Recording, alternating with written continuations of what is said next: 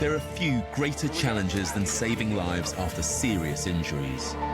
You're shot, you have to go to the operating room. I'm Dr. Kevin Fong. I want to see for myself how lives are saved in some of the world's most extraordinary trauma centres. This guy stabbed in the chest with a screwdriver. He's fully arrested. As a doctor, I've seen a lot. Hey! Motherfucker! But you've never seen it all. I'll be joining ER doctors across the world who are amongst the best at dealing with extreme trauma, from car crashes to stab wounds and gunshot victims. Did you get assaulted too or just shot? I've been given special access to get up close and see these elite teams in action, to learn the lessons that might improve our own A&Es. I want to learn the secrets of these trauma units and how they manage to save lives that would otherwise be lost. I want to show you the world of trauma medicine through a doctor's eyes.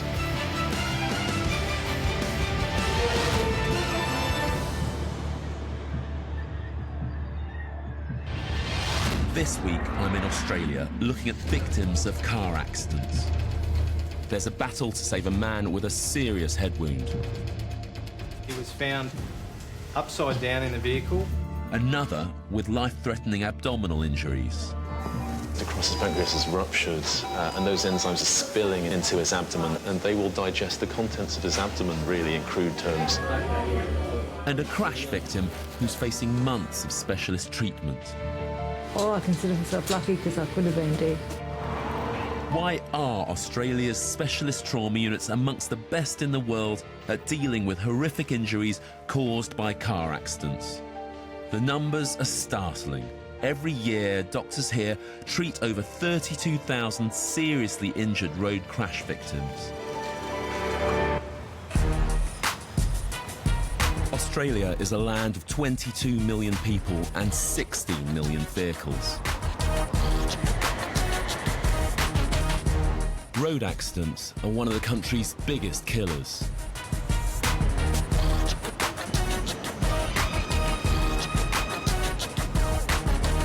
Every day on Australia's roads, 90 people are seriously injured and 4 people are killed.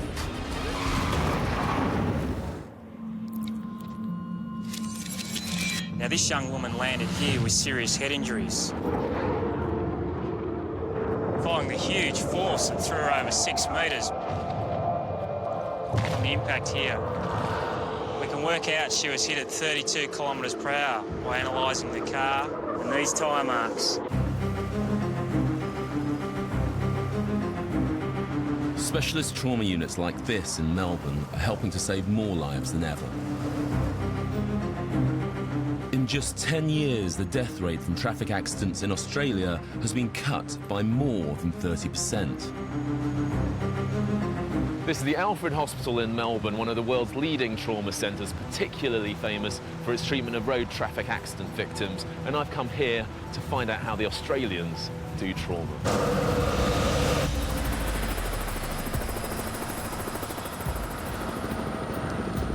To survive a serious car crash, you need specialist treatment, and you need it fast. The vital first link in the chain of survival is the immediate medical care that you're given at the roadside. So I'm going on call with Victoria's flight paramedics. Just to let you know, possibly 2 people in the car unconscious. Going to reports of a ute that's overturned, the 2 occupants, one who's still trapped and potentially unconscious in the car, and one that's been ejected from the car. There's only room for 1 passenger, so I grab the camera and leave the film crew behind.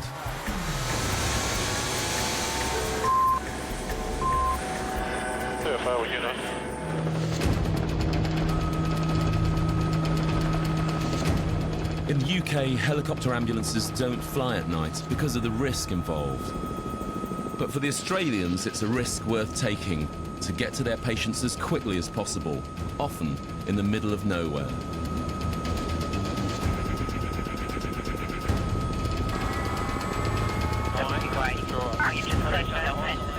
Within minutes, we're on our way out of Melbourne to a roadside 40 kilometres away. This is a home and away game. There's probably 60,000. Sorry, the accident's 50 metres west of the intersection, is that right? Trauma victims have the best chance of survival if resuscitation begins in the first 60 minutes. Emergency medical teams call this the golden hour. Then, my first glimpse of the accident scene. Sorry, I can't hear you. Is there any concern? Talking 545. Directional sign close.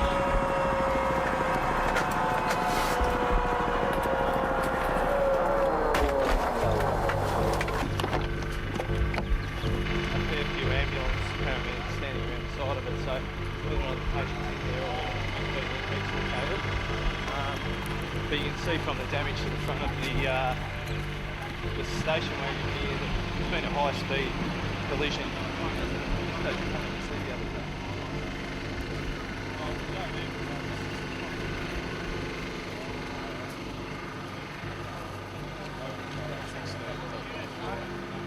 Looks at the cars here, this looks like a pretty awful scene, and multiple casualties. They're being treated in the back of land ambulances at the moment. Not clear at the moment how seriously injured they all are. Very, very busy scene. There are fire crews here, police. It just looks awful. And that's how it's ended up. People all taken out of that. Some were thrown clear of that. Wayne's busy in there. This guy has got a pretty bad head injury.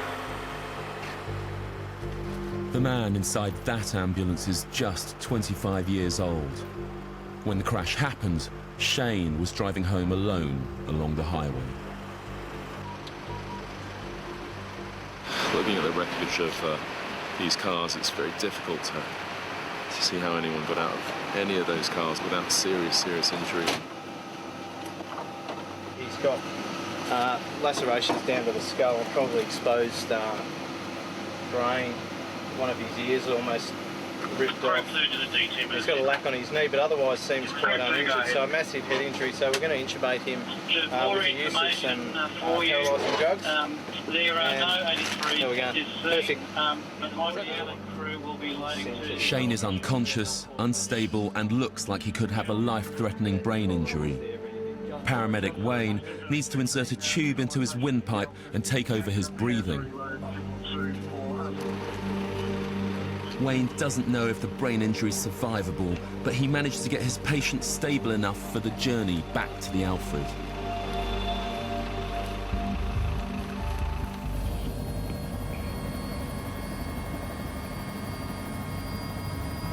I'm impressed with the advanced level of care that Wayne administers at the roadside, the first key indicator of how this trauma system saves lives.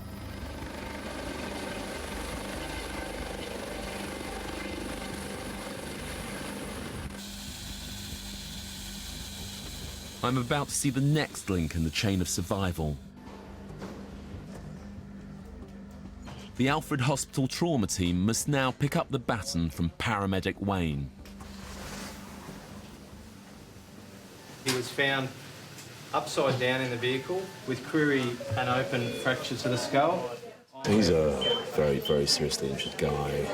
And although this is an isolated head injury, there's a good chance that that's a severe injury.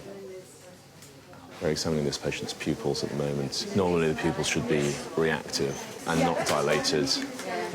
In this patient's case, the pupils are fixed and dilated, which is a very, very bad sign. It means that this head injury is very possibly catastrophic.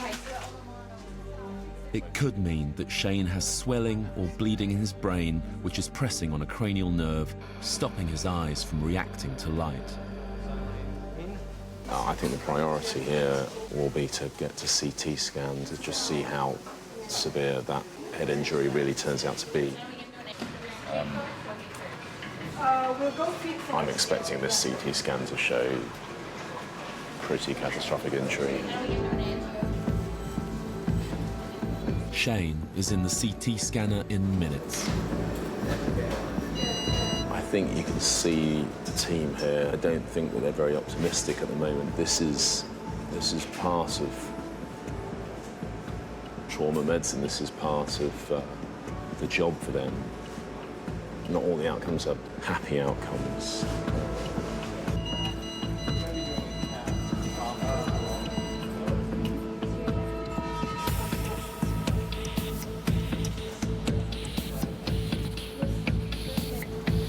Shane's injuries may be beyond the help of even this elite trauma team.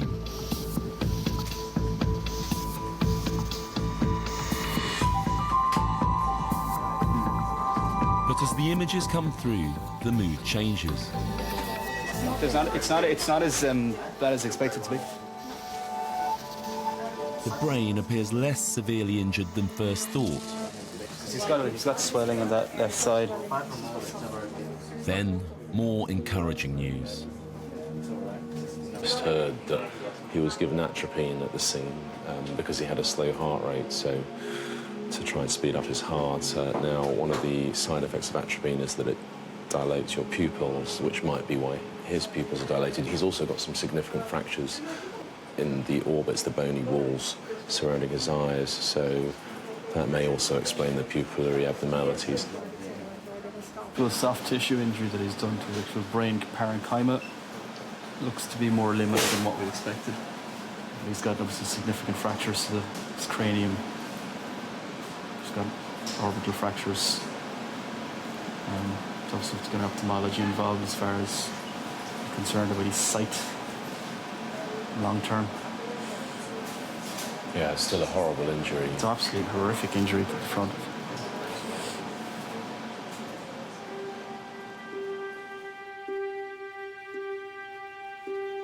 Despite multiple injuries from his horrific car accident, Shane is able to leave the Alfred 3 months later with prospects of a good recovery.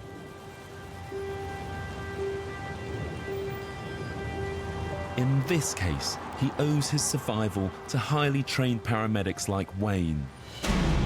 The first link in the chain of survival that runs through the Alfred's specialist trauma unit.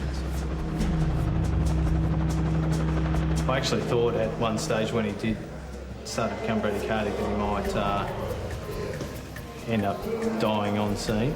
But then, you know, post-atropine, his heart rate picked up nicely and his blood pressure sustained itself at a good level. So at that point, you know, you go forward and give him every chance. I thought you did an incredible job out there. Thank you very much, mate. For no worries, appreciate it. I mean, you can't help but find those guys as anything but singularly impressive in extraordinarily difficult situations. Really some of the most challenging situations you're ever likely to face in clinical medicine. Did outstandingly. I've seen some important clues to how this elite Australian trauma system gets so many survivors. But my journey at the Alfred has only just begun.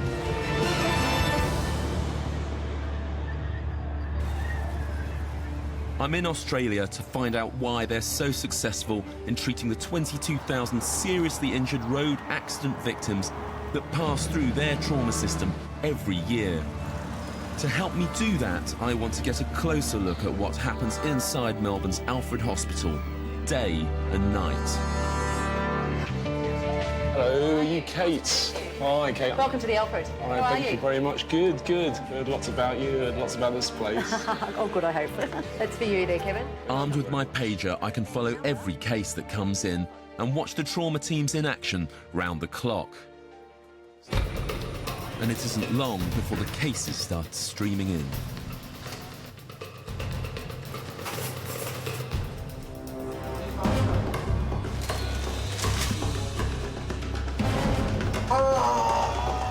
Ken is a motorcyclist who came off his bike.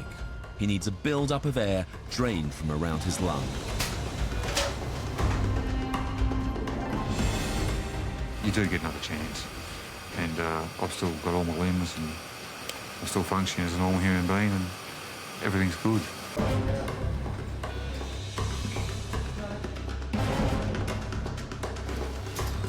Rennie's car was struck while stationary at a junction.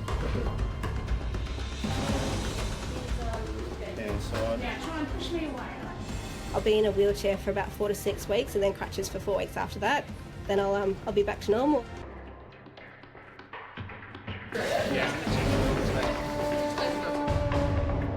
Kerry's car was hit head-on at high speed. Kerry, can you wiggle your toes for me there on the left side? She has a fracture that's very ominously called a hangman's fracture. It's an injury we see in motor accidents, where a vertebrae in the neck breaks after the victim's head hits the windshield. Kerry faces months of specialist treatment, with her spine held rigidly in place. Yep, that's good. Oh, I consider myself lucky because I could have been dead. You know, I'm just looking at 6 months down the track. And, you know, it's a big goal of mine, and I'll be turning 50 then, and so I have a big party.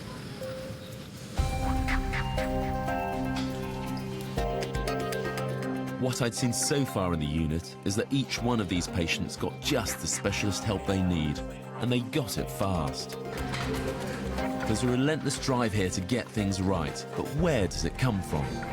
After one case, I catch up with the professor of trauma surgery. You want everything to be perfect. No, you do. You want everything to be absolutely consistent, absolutely perfect. Yeah. And is it? It never is. You know, we know that in a trauma resuscitation, there's a critical decision made in the first 30 minutes every 72 seconds. I give us about maybe 6 to 7 out of 10. Maybe one of the keys to the success of these trauma units is that the mission to save lives is personal. With around 200,000 injuries from road accidents reported every year, almost everyone has been touched by Australia's car crash epidemic. When I finished school, we were told in Year 12 that one of the members of the class would be dead within the next 3 years, statistically. And within 3 years, 2 of my classmates have been killed in car accidents. But I can remember my older sister at home getting a phone call because one of our cousins had been hit and killed by a truck outside his house. And then another one got hit by a truck going over school crossing, and my uncle, who was a doctor, who was his father, was involved in his care, and he subsequently died. Another cousin has survived with quite severe brain injuries. So to be in a facility like this, where you're well-resourced, where you've got the opportunity to intervene and help people, is great. It's a privilege.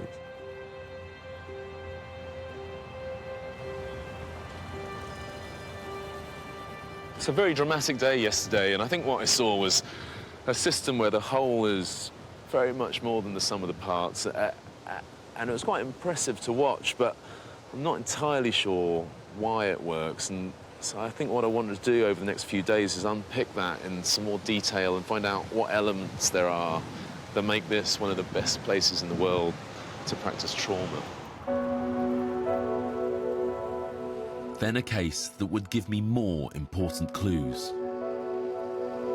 One of the greatest challenges in trauma is the patient with multiple severe injuries. It's cases like these that separate ordinary units from the elite. Alfred Emergency, Cat speaking. The message tells us that this man's head and spine are okay, but his life is under threat from other internal injuries.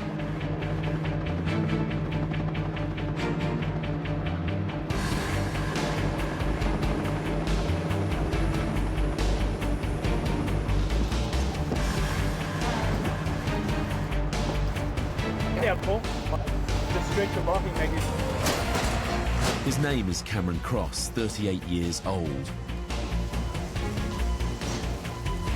On his way back from a friend's barbecue late at night, his car smashed into a roadside pole at high speed. He's been transferred to the Alfred from a local hospital because, with a multitude of serious injuries, he needs the very best trauma care to save his life.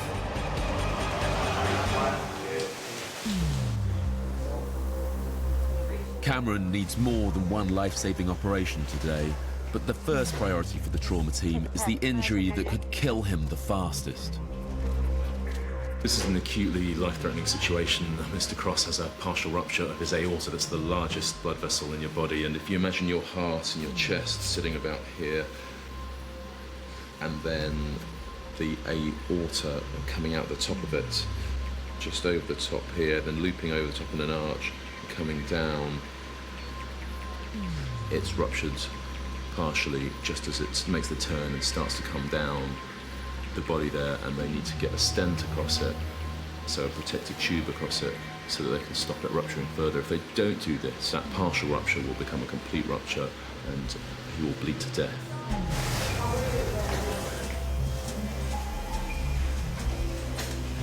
Timeout's done. My son was admitted to the Alfred trauma section. He arrived by helicopter at 12:30 this morning.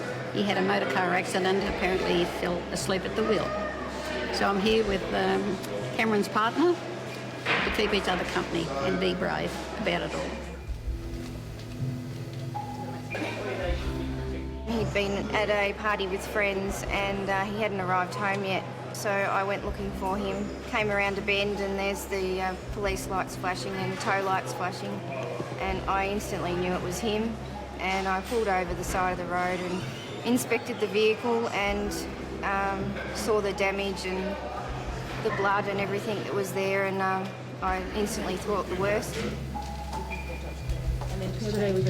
Met Cam probably when we were 12, 13. Young kids just met through sport, through footy, and pretty much have been mates right through life. Cam's one of these blokes that you'd always be proud to call a mate. I know damn well that if I was in the same position, he'd be down here visiting me, and he's always been the first one there with a helping hand when anyone's in trouble. He wouldn't still be going if he wasn't a fighter. He, based on the injuries that he's got there that they've spoken about, and the statistics as to how many people even make it to hospital from what he's got and then continue to survive in hospital, he's not going to give up. He's a fighter. Been hit in the guts with something. The operation to repair Cameron's damaged aorta is being carried out by vascular surgeon Bill Campbell. There's no doubt that this is a life-threatening injury. It's an immediate life-threatening injury. And what you're seeing here on the screen, this is an X-ray movie, if you like. This is in real time. This is the heart beating while X-rays shine through, and we're capturing that onto the screen, and that allows Bill and the rest of the vascular team to know exactly where they are. Run there, flush through for me. Flush through. And there we go. This is contrast going in, so they're injecting a liquid which is opaque to the radiation to try and tell them where they are and where all the vessels are. Yeah, so what we've got is a transection of the thoracic aorta here, and you can see as it comes out here and through here that this is all very irregular, but the tear will be in somewhere around here.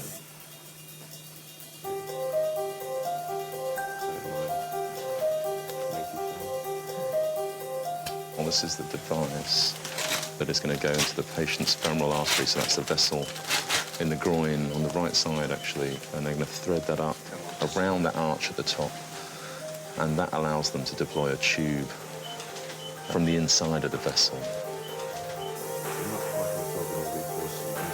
The tube is going into the artery, the femoral artery, on the patient's right side. The screen right now is that big thick line that's coming into view on the screen. Now that is the tube that's going to carry the stents.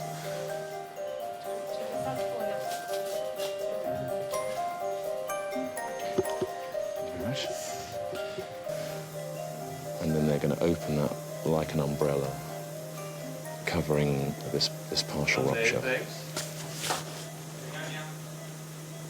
And that's the stent there. You can see now it's deployed now. So that sort of chicken wire pattern you can see is the stent.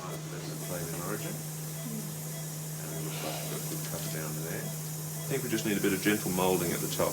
And how are you going to do that moulding? With a compliant balloon, just with the big balloon, We'll put it on the inside and just blow it up just so that it's, just make sure that it deploys nicely to the edge of the artery. So there you go, you can see the balloon going up to the bottom right-hand side of that screen, and that's the moulding of the stent. So this is what's going to repair the defect. This is what's going to save Mr. Cross's life.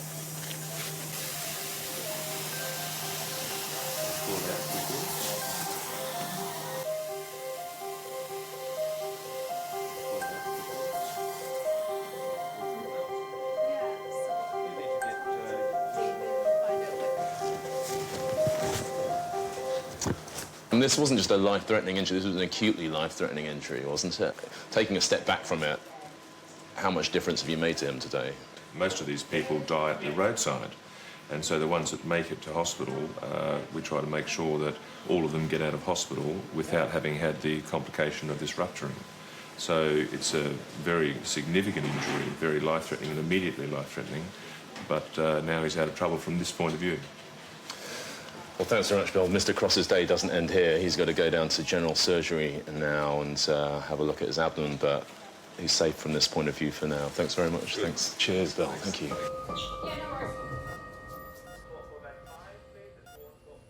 Cameron's moved to the intensive care unit so that the trauma team can ensure his condition is stable before his second major operation of the day.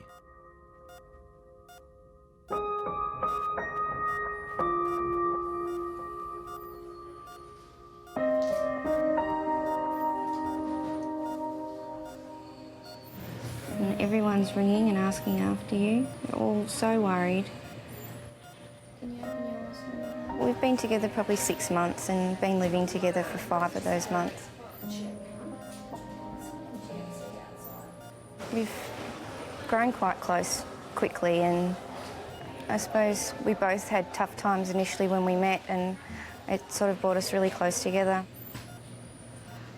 You've got a tube in your mouth that's breathing for you.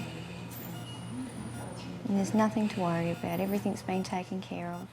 I'm so glad that he doesn't have any brain damage and no spinal injuries, and that was my main concern. I just keep asking questions and try and get the answers I need, and at least I know what I'm up against then, and I can sort of prepare myself for whatever is to come.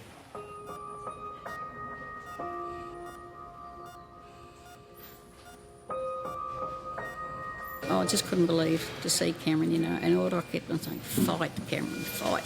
That's all I could say. Yep. He's very close to his mum. He loves his mum.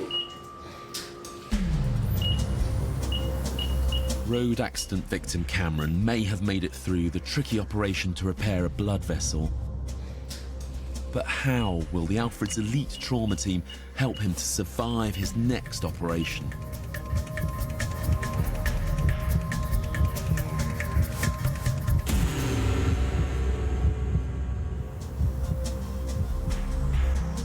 Today, car crash victim Cameron Cross has already survived a major operation to the largest blood vessel in his body. But as the radiology team at the Alfred discover, this isn't the only injury threatening Cameron's life. This is the abdomen, which we're looking at now. So we can get a picture of the whole abdomen very quickly, and you can see the liver up here, you can see the spleen, the 2 kidneys in the back, and the other structure that people may not know about, but it's very important, is the pancreas, which lives across here. And this man, he's actually got a lot of bleeding and abnormality around his pancreas. This is important for the treating team to know about, because pancreatic injuries are associated with a lot of mortality and morbidity. For Cameron, the damage to his pancreas could well be fatal. So this man, as far as you can tell from the radiology, has possibly ruptured his pancreas. That's correct. That damage to his pancreas could release corrosive enzymes into his abdomen, causing his body to start digesting itself. Cameron must now undergo his second life-saving operation. Trauma surgeon Kate Martin will work alongside liver specialist Marty Smith. This is where Kate finds out what's in Mr. Cross's abdomen. They've done a CT scan. There are lots of abnormalities. The pancreas could be ruptured. The duodenum, the small bowel, could also be injured. The kidneys don't look normal. Their job is to identify those injuries and fix them. All right. Action on the drive there.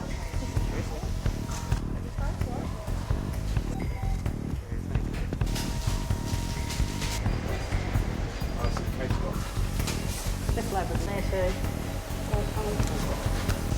What have you found so far, Kate? This is his pancreas, which doesn't appear to have a definite fracture through it. There's a lot of contusion and hematoma and blood around it.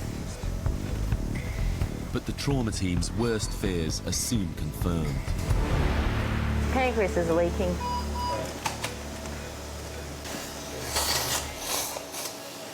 His pancreas is injured, and that's serious. The pancreas has many functions, but amongst its most important is it's the organ that secretes the enzymes of digestion.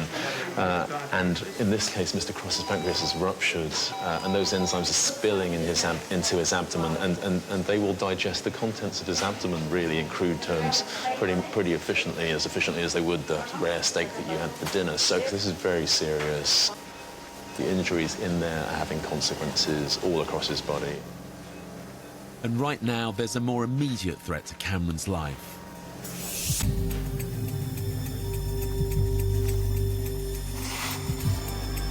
They're having trouble with the ventilation and oxygenation of this patient.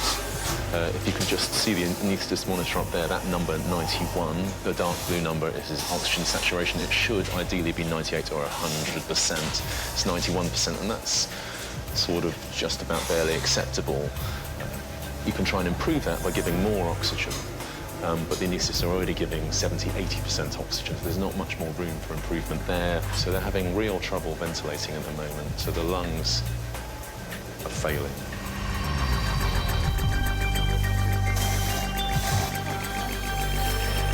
While the anaesthetic team fight to stabilise Cameron, Kate repairs lacerations around his pancreas and bowels. Small pancreatic laceration. Then she washes out the enzymes and material contaminating and damaging his abdomen. There you go.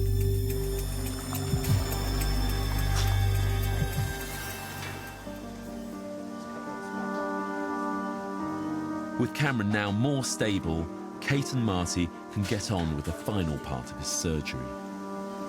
They're going to leave the abdomen open and provide a temporary wall with this foam dressing and a covering that will vacuum it all down. Staples, please. One to each, Marty and I.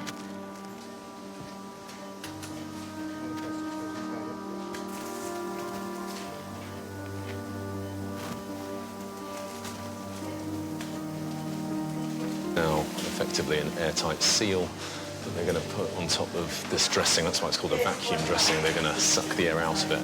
And when Marty connects the suction there, you're going to see it all contract, so it forms a proper seal. And that will protect the abdominal contents, give it room to expand if there's some swelling, and it'll make it easier to get back into the abdomen when they return in a couple of days' time.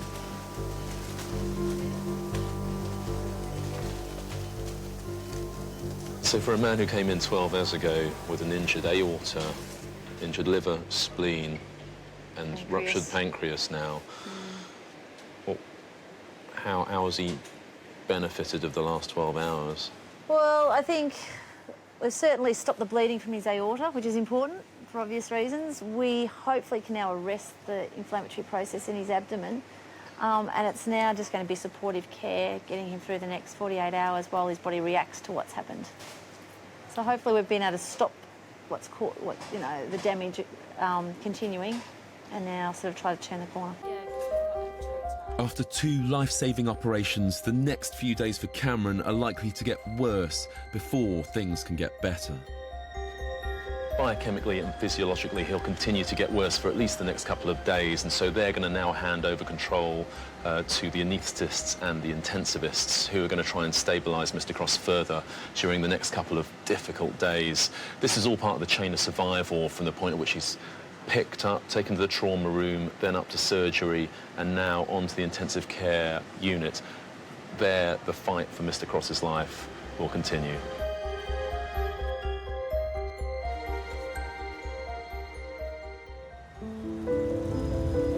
On my next morning at the Alfred, I go to find Kate, the surgeon who'd operated to fix Cameron's torn pancreas.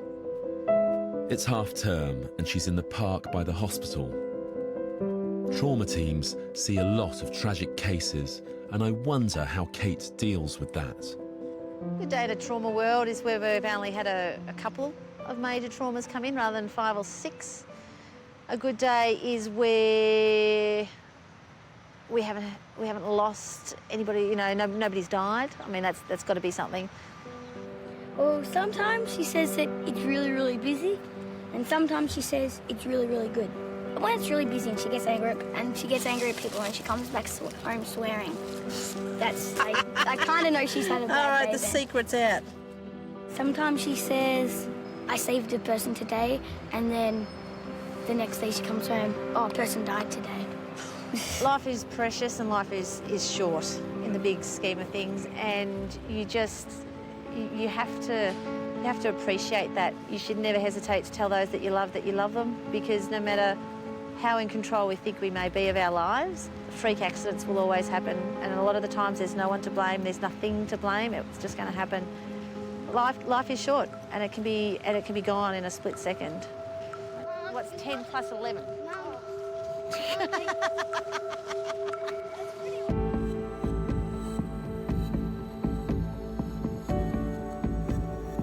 Cameron went on to have 2 further operations before finally waking from his coma.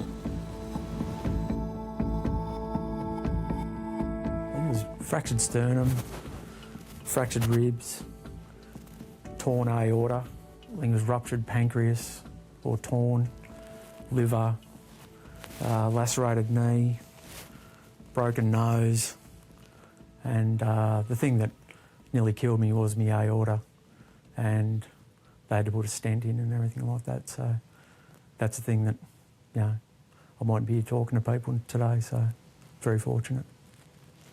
Just got to look after myself now and look after my partner, and we can have a happy life together and possibly have kids down the track. And I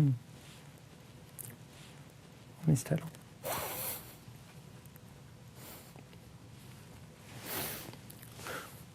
It's been a long time.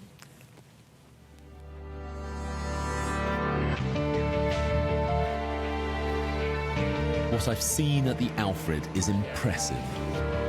Few trauma units can deliver a life-saving series of interventions like these so seamlessly.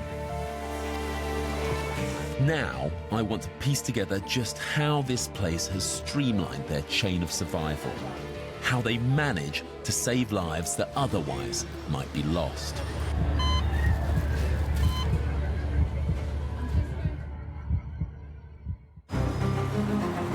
Specialist trauma units in Australia, like the Alfred in Melbourne, are doing something right. The death rate here from serious injury caused by car crashes has been cut by more than 30% in the last 10 years.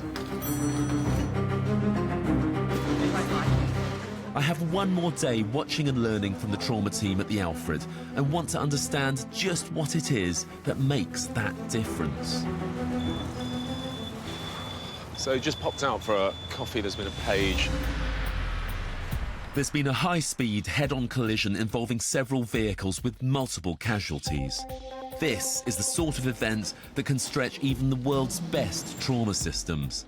It's the ultimate test. What happens in this case is going to tell us an awful lot about how the system works here at the Alfred. 3 patients from a head-on car crash. But now there's a 4th victim on his way after a machinery accident. In the first minutes of any trauma call, there's an avalanche of critical decisions to be made. Far too many for one person to handle on their own. In the best trauma units, an entire team of specialist doctors and nurses need to be ready, on call, and that's just what I'm seeing here.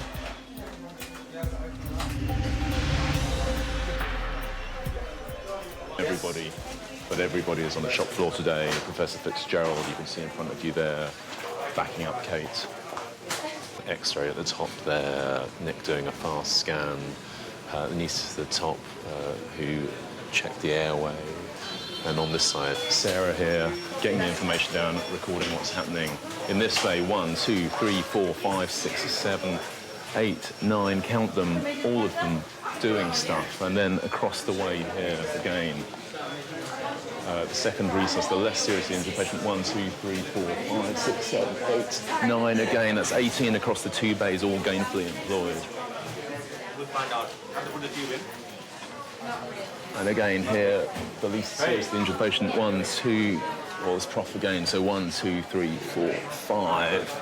So 23, 24, 25, 26, 27, 28, 29 individuals, nearly 30 people across the 4 bays here, all of them doing something, no goal hangers, everybody needed. That's a key part of the picture. It's the resource here. It's designed to be like this, so that when a car comes in with 3 patients and someone falls into a bit of machinery over there, you can deal with it. In just 15 minutes, all the patients are stable enough to go on to the next stage. One goes to the CT scanner, then to neurosurgery. One has a dangerous accumulation of air released from around his lungs. The last 2 patients are cleared of life-threatening injuries. Normally in trauma, there's a more sequential approach to the whole resuscitation. There's the assessment, the investigations, then the decisions and interventions. And here you see a very carefully choreographed set of parallel processes going on. All of that happens on top of each other, and it saves time, and it makes the whole thing much more efficient. And that's what makes it feel so slick, I think. Looking back on my time here at the Alfred, every big case told me something about why Australia's elite trauma system saves so many lives. Paramedics like Wayne are trained to deliver a higher level of care at the roadside than you'd get almost anywhere in the UK. Massive head injury, so we're going to intubate him. He had to anaesthetise his patient, use drugs to paralyse him, intubate him, and then take over his breathing. In the UK, only doctors specialising in anaesthesia or emergency medicine are trained to do all this. And Cameron, he'd received immediate specialist attention from an expert vascular team, intensive care specialists, radiologists, liver surgeons and trauma surgeons. In the UK, we're only beginning to build systems that can deliver this level of expertise so quickly and efficiently.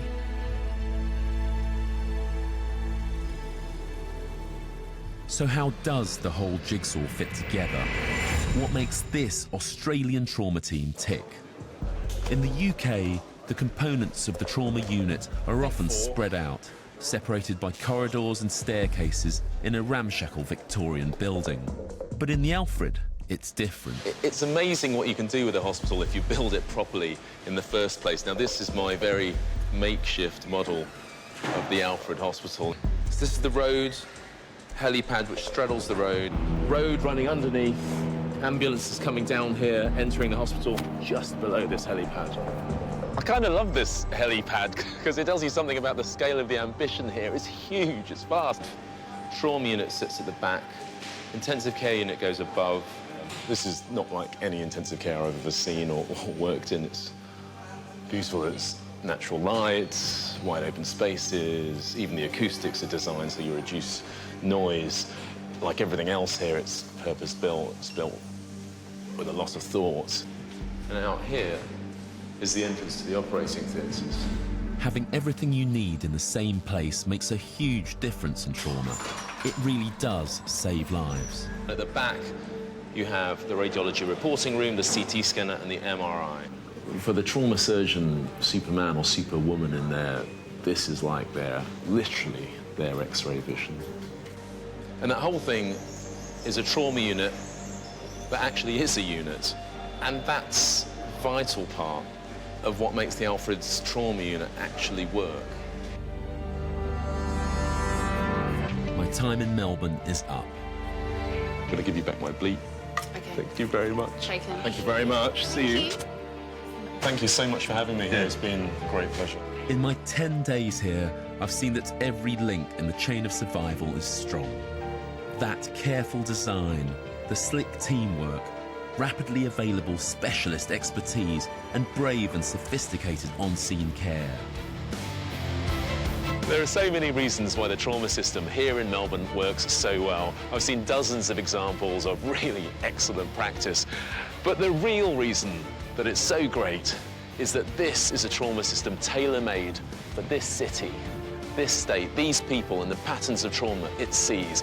This is a place that knew it needed a system of trauma and wasn't afraid to build it.